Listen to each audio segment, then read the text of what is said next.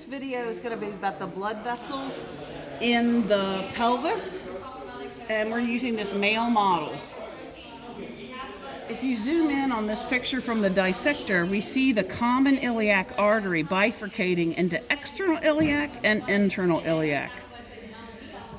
The internal iliac has parietal branches and visceral branches. Some of the branches will stay within the pelvic cavity and some will exit the pelvic cavity.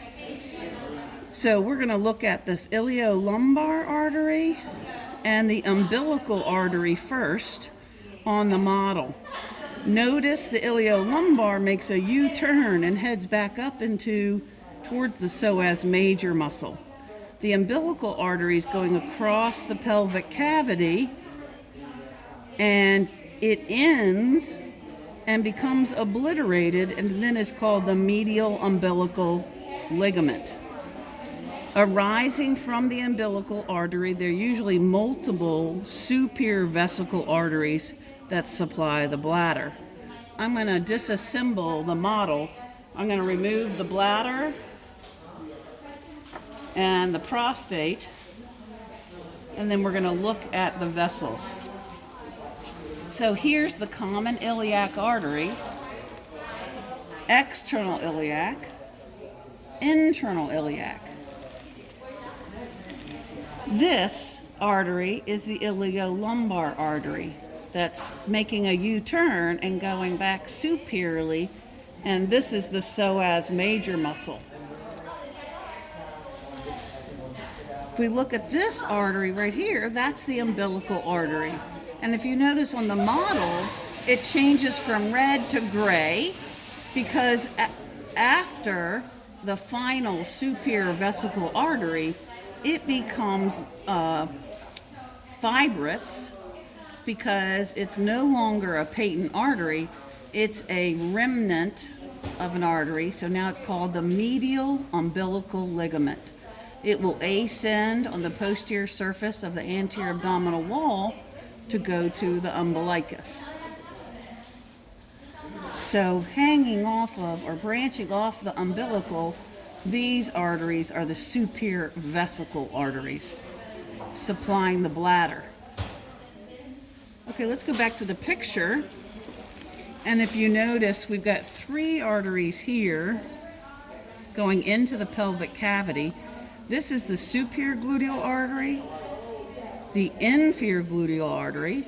Both of those will exit the pelvic cavity to go to the gluteal region. The superior gluteal artery superior to the piriformis, the inferior gluteal artery inferior to the piriformis.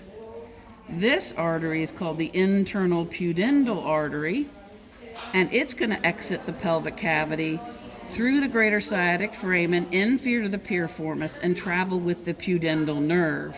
If you notice in this male pelvis, the middle rectal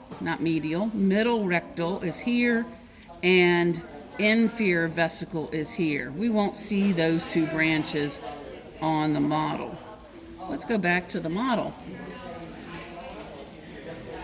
So we believe that this artery is the superior gluteal artery. No, I'm wrong.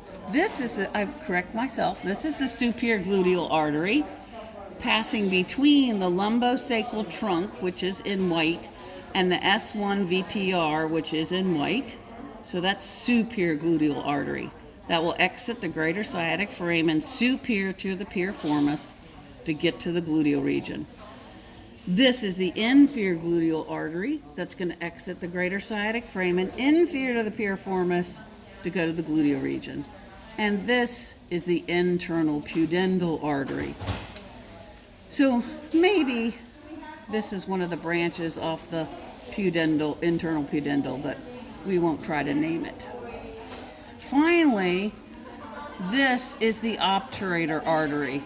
And the obturator artery is going to go through the obturator foramen or obturator canal with the obturator nerve. So that's our tour of this male pelvis, but I think I'll show you one more thing. Let's turn it this way, and we see these vessels These are the testicular vessels, testicular artery and testicular veins, and they're headed towards the deep inguinal ring with meeting up with the vas deferens at the deep inguinal ring to enter the inguinal canal. Here's the inguinal canal, and this is the cremaster muscle, number 34. Hope this was helpful.